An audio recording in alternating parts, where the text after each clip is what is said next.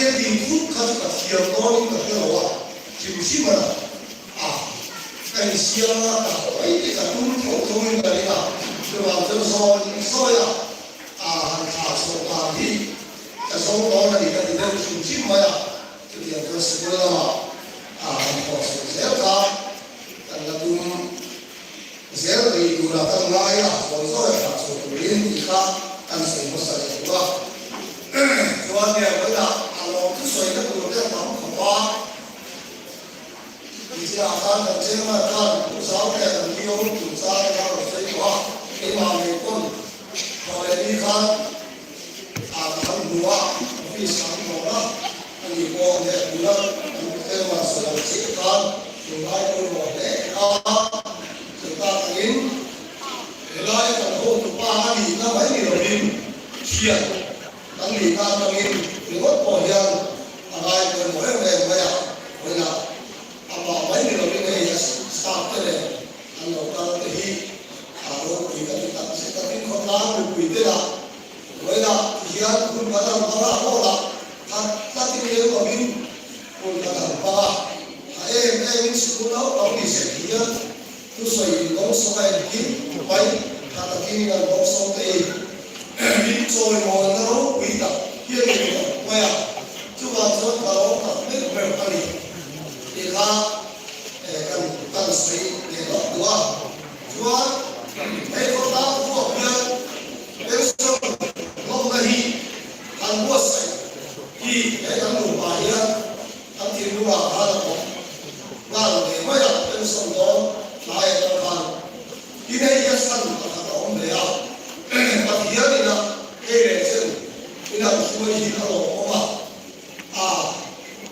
đây ví dụ nó cũng vừa phải hai phút thế mà ta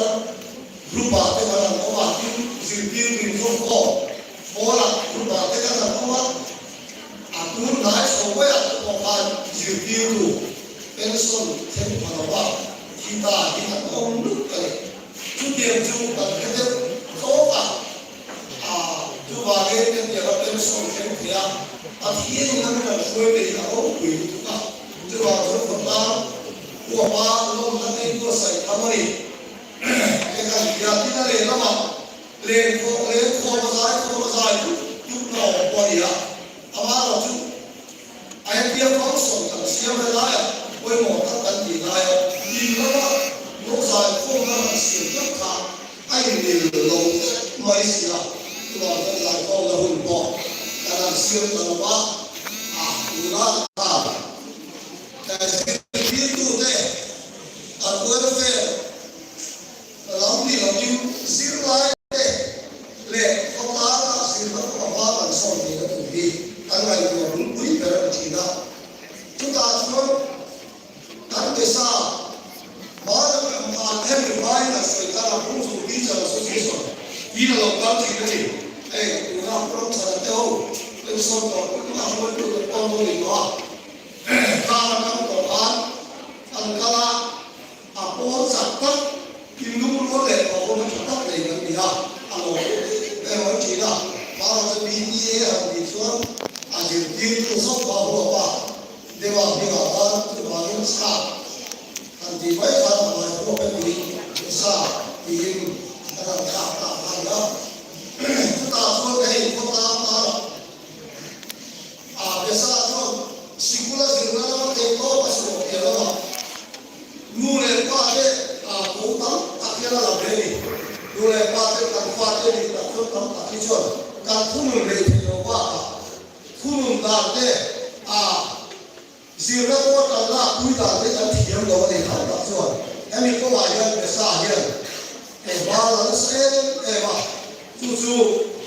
mỗi lần là một tu tế để lại là một tao để qua cái con này kia đúng không em đi để sai cái ba là thằng em lái ta là chỉ để là cái hút tao sẽ là để xa có hiện xung trong sẽ là nu này qua cái coi cái gì quý về là ta pha cái gì đó qua cái này ngoài quý của mình in nó mà thấy to ít ở dự biết của nó dự biết là dự phụ ăn cổ một nụ yên in nó mà thấy to